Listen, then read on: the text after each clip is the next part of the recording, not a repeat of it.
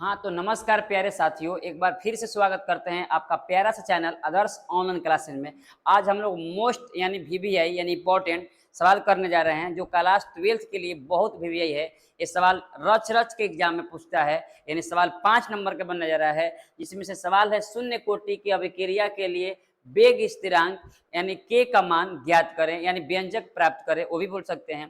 तो आप लोग एकदम कंटिन्यू बने रहिएगा, हम समझाने का फुल गारंटी लेते हैं, आपको दिमाग में 100% बैठा के इस वीडियो में विदा करेंगे। तो चलिए सबसे पहले हम लेते हैं, यहाँ पर मान लीजिए कि एक कोई अभिकारक है और ये ए से जानते हो क्या बन जा रहा है, बी बन जा रहा है। यानी हम क्या किए हैं, ए एक लिए हैं और ए से क्या बन रहा है, बी बन रहा है। जो अभिक्रिया में भाग लेता है उसको अभिकारक बोलते हैं, और जो अभिक्रिया के फलस्वरूप बने रहे नए पदार्थ को इसको प्रतिफल करते हैं। बट हम लोग को क्या करना है, प्रतिफल से कोई मतलब नहीं है, यानी जो अभिकारक में भाग लिया है उसी से मतलब रखेंगे। तो एक होता है आपका अभिक्रिया के दर, एक होता है अभिक्रिया के दर, एक होता है अभिक्रिया के कोटि। तो जब अभिक्रिया के दर से निकालेंगे तो हम लोग अभिक्रिया का कोटि से निकालेंगे तो हम लोग लिख सकते हैं कि आर जो होती है ना, आर मतलब रेट मतलब आपका समानुपाती होती है, यानी जो यानी अभिकारक में भाग लेता है उसके घात के, यानी कहने का मतलब अभिकारक के घात के समानुपाती होती है अभिक्रिया के दर।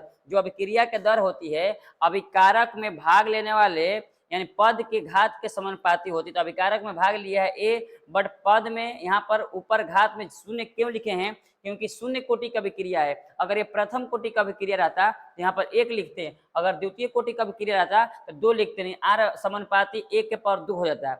आप समझ गए होंगे जीरो क्यों लिखे हैं ना। अब चलिए आर यहाँ पर ज्यों का त्यों और समानुपाती के चिन्ह हटता है तो बराबर आता है, और साथ ही मेरे लॉलीपॉप एक के आता है जो हम लोग एक नियतांक साबित करते हैं, यानी यहाँ पर के आता है। और यहाँ पर इसका हम लोग ज्यों का त्यों लिख देंगे तो यहाँ पर आपका हो जाएगा जीरो, यानी एक की संदर्भता के पावर जीरो है।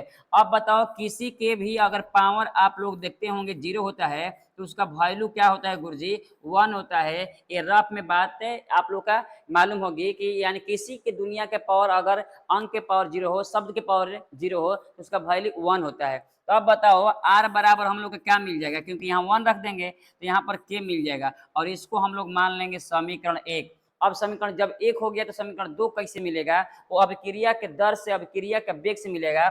हम लोग पढ़े थे कि आर बराबर जो अभिक्रिया में भाग लेता है उसमें माइनस लगता है, और यहाँ पर डी लिख देंगे, और यहाँ पर एक की सांद्रता बाटा में होता है डी, यहाँ पर टी यानी समय में परिवर्तन, और एक की सांद्रता में परिवर्तन। अब माइनस क्यों लगा है, क्योंकि ये अभिकारक में माइनस लगता है, और जब ये प्रतिफल होता है तो प्लस लगता है, क्योंकि ये समाप्त होने की दर है और ये जो है बनने की दर है, तो समाप्त होने की दर में माइनस लगता है, याद रखिएगा।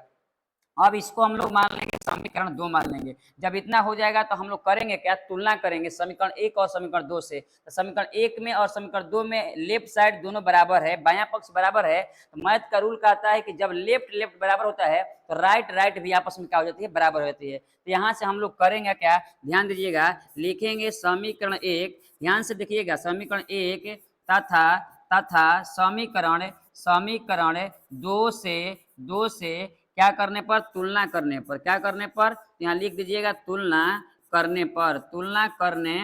अब क्या करना है, जब ए वाला समीकरण 1 में और समीकरण 2 में दोनों ये बराबर है तो ये भी आपस में क्या हो जाएगा, बराबर। हम लोग क्या करेंगे, माइनस इसको पहले लिख देंगे, तो डी ए की सांद्रता अब बाटा में क्या हो जाएगा, डी टी की सांद्रता, यानी समय में परिवर्तन बटा में ए की सांद्रता में परिवर्तन, माइनस लग गया, और बराबर में इसका बराबर करेंगे तो क्या मिलेगा हम लोग का, के मिलेगा।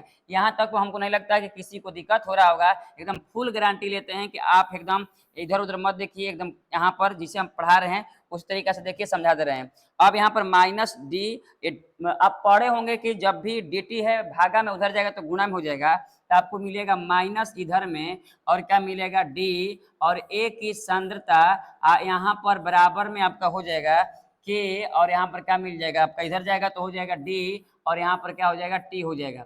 इसके बाद माइनस की भी उधर कीजिएगा तो डी ए की सांद्रता, और यहाँ पर मिल जाएगा माइनस के, और यहाँ पर क्या हो जाएगा, डी टी हो जाएगा।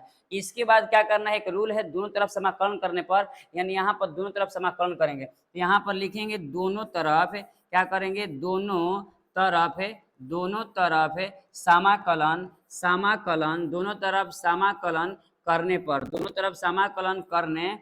दोनों तरफ समाकलन करने पर, समाकलन का चिन्ह कैसे होता है थोड़ा ध्यान दीजिएगा। समाकलन का जो चिन्ह होता है ना वो हाथी का क्या होता है, सूंड जैसा होता है। और समाकलन हो सकता है कि आप लोग अभी मैथ में लेसन 7 नहीं पढ़े होंगे, यानी पढ़ेंगे तो वहां पर समझाया जाएगा। समाकलन यानी इसका फिगर ऐसे बनता है, सूचित किया जाता है इसका संकेत से।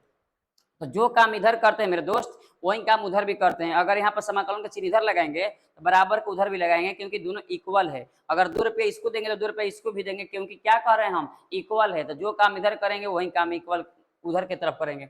अब बताओ, जब समाकलन का चिन्ह लगाएंगे तो क्या हो जाएगा, डी, और यहाँ पर हो जाएगा ए की सांद्रता, अब बाटा में हो जाएगा, सॉरी बराबर में हो जाएगा माइनस और के। ध्यान दीजिएगा, समाकलन में यानी जो भी स्थिरांक के का मान होता है, एक नियतांक होता है, वो बाहर निकलता है माइनस के साथ। तो माइनस भी निकल गया, के निकल गया, क्योंकि के एक नियतांक है और स्थिरांक है, उसको बाहर निकलता है। के की जगह पर कोई अंक आता है तो समाकलन करते वक्त अंक को बाहर निकाल देता है। तो आपको घर में बचेगा क्या गुरुजी, यहाँ पर बचेगा डी टी बचेगा। अब यहाँ पर रफ में थोड़ा सा आप लोग बातें पर ध्यान दीजिएगा। जब भी समाकलन करते हैं, अगर dx का समाकलन करते हैं तो यहाँ पर जो x होता है ना x हो जाता है। अगर वही समाकलन dy के करेंगे y के, तो यहाँ पर समाकलन में y मिलेगा। कहने का मेरा मकसद ये है कि अगर समाकलन dx है तो ये d को छोड़कर x जो है x आपका समाकलन हो जाएगा, अगर यहाँ पर y है तो y हो जाएगा।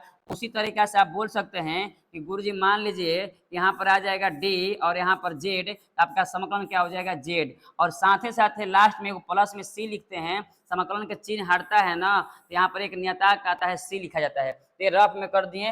अब बताओ यहाँ पर क्या करेंगे, जैसे में यहाँ पर dx था तो x आया है, dy था तो y आया है, तो अब यहाँ पर d है तो जो है बचा यही ना आएगा। यानी यहाँ पर आपको मिल जाएगा a की सांद्रता, क्या मिल जाएगा, a की सांद्रता, और a की सांद्रता बराबर में माइनस के रहेगा। यहाँ पर मिल जाएगा हम लोग का t, क्या मिल जाएगा, यहाँ पर आपका t मिल जाएगा। यहाँ पर टी, अब प्लस में लास्ट में लिखे तो देखो इधर नहीं लिखते हैं प्लस सी, लास्ट में लिखा जाता है प्लस में सी, यहाँ पर लास्ट में सी लिख देंगे। समाकलन करते हो लास्ट में सी लिखता है, समाकलन हटता है तो एक नियतांक आता है सी, याद रखिएगा। इसको हम लोग मान लेंगे समीकरण 3, क्या मान लेंगे, समीकरण 3 मान लेंगे। इसके बाद आपको करना क्या है, अब क्या करना है कि देखिए समय जब हमारा जीरो रहेगा, समय अगर जीरो रहेगा तो ये वाला आपका है सांद्रता बनने की दर। जब समय जीरो रहेगा तो हम लोग का जो यानी ए की सांद्रता होगी, ए की सांद्रता ए बन जाती है, जानते हैं क्या, ए बन जाती है ए नॉट, क्या बन जाती है ए नॉट। और इसका मतलब होता है ए नॉट का मतलब होता है कि ये प्रारंभिक अवस्था होती है, क्या होती है, प्रारंभिक अवस्था। थोड़ा गौर फरमाएंगे, हम समझाने के फुल घंटे लेकिन प्रारंभिक अवस्था, तो यहाँ हो जाएगा प्रारंभिक अवस्था, यानी इसको हम लोग ए नॉट को बोलते हैं प्रारंभिक अवस्था। जैसे में हम लोग एक समझेंगे, चाय और चीनी लेकर हम दूध लेकर बैठे हैं और हम जा रहे हैं चाय बनाने के लिए, तो जो हमारा समय जीरो रहेगा, यानी कहने का मतलब चाय जब चीनी लिए हैं तो उस समय तो समय जीरो है, तो हम लोग का प्रारंभिक अवस्था है चाय चीनी दूध, वो प्रारंभिक अवस्था हो जाएगा। जब हम समय देंगे, यानी समय देंगे ताप के अनुसार गर्म करेंगे तो हमारा कन्वर्ट हो जाएगा, चाय बन जाएगा। तो समय जब जीरो होता है ना तो किसी के रहता है मतलब सांद्रता, तो उसका नॉट लगता है। जैसे ए यहाँ पर हो गया, यहाँ पर ए की नॉट, क्या हो जाएगा, ए की नॉट, ये प्रारंभिक अवस्था है, यानी जो अंतिम अवस्था हो वो प्रारंभिक बन जाएगा। यानी कहने का मतलब अंतिम अवस्था हो गया था, बट इसको हम अंतिम को प्रारंभिक कर दें, क्योंकि समय हम घसका के जीरो कर दें। जब समय जीरो होगा तो जो हमारा अंतिम अवस्था होगा वो प्रारंभिक बन जाएगा। यहाँ तक क्लियर रखिएगा। अब यही चीज हम लोग समीकरण 3 में क्या करेंगे, इसको रख देंगे। तो लिखेंगे समीकरण 3 में, समीकरण 3 में रखने पर इसको रखेंगे, बस आंसर आ जाएगा, रखने पर। अब बताइए समीकरण 3 क्या है, तो ये गुरुजी ए की सांद्रता बराबर माइनस के, और यहाँ पर क्या है टी प्लस में सी है। ये हम लोग का समीकरण 3 है। अब रखाएगा ए की सांद्रता पर क्या रखाएगा, तो ए गुरुजी रखाएगा यहाँ पर ए नॉट की सांद्रता बराबर माइनस के, और यहाँ पर समय के मान जीरो मिल गया है, अब प्लस में सी ज्यों का त्यों हो जाएगा, प्लस में सी ज्यों का त्यों हो जाएगा। अब थोड़ा सा हम छोटा करते हैं, दिखाई देगा आप लोग का, ऐसी बात नहीं है, थोड़ा सा छोटा करेंगे बस काम हो जाएगा। अब यहाँ पर ए नॉट बराबर में क्या हो जाएगा, ए तो जीरो हो जाएगा, बराबर में सी मिलेगा। देखो ये पूरा पार्ट जीरो हो गया था, खाली सी मिलेगा। अब ये सी का मान समीकरण 3 में रख दीजिए, आ जाएगा आंसर। यानी यहाँ पर लिखेंगे समीकरण 3 में, यानी समीकरण 3 में सी का मान रखने पर, सी का मान रखने पर, क्या करने पर, मान रखने पर। अब समीकरण 3 क्या है, इसको हटा देते हैं, और नहीं तो हम लोग यहाँ लिख लेते हैं, उरफ कर लीजिएगा आप लोग, यहाँ पर हम लोग लिखना जा रहे हैं। इसको थोड़ा सा हम घसका ले रहे हैं और समझिएगा ध्यान से। समीकरण 3 क्या है गुरुजी, तो समीकरण 3 हम लोग का यहाँ पर है, यानी ए, यहाँ पर ए की सांद्रता, ए की सांद्रता बराबर माइनस में के और यहाँ पर क्या था टी था ना। अब प्लस में सी का मान हम लोग रख देंगे क्योंकि सी का मान कितना मिल गया है, यानी ए सांद्रता यानी ए नॉट की सांद्रता हो जाएगा इस समीकरण, यहाँ सी की जगह पर रखा गया तो ए वाला प्लस में इधर जाएगा तो आपका सॉरी माइनस में इधर जाएगा तो प्लस में हो जाएगा, के और टी हो जाएगा। इधर आपको बचेगा ए की सांद्रता, क्या बचेगा ए नॉट की सांद्रता, प्लस में इधर आएगा तो हो जाएगा माइनस में, यहाँ पर हो जाएगा आपका ए की सांद्रता।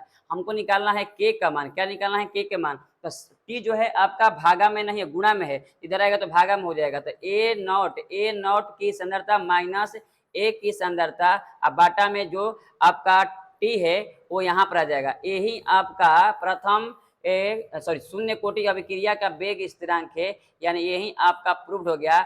जब इसी को 2-3 बार रिवाइज कर लीजिएगा ना तो यही आपका आसान हो जाएगा। और ये 5 नंबर के हिसाब आता है। और ऑब्जेक्टिव में क्या आता है कि शून्य कोटि अभिक्रिया का वेग स्थिरांक क्या होता है, ऑब्जेक्टिव में देगा तो आपको लिखना होगा के बराबर ए नॉट की सांद्रता माइनस ए की सांद्रता बटा में टी।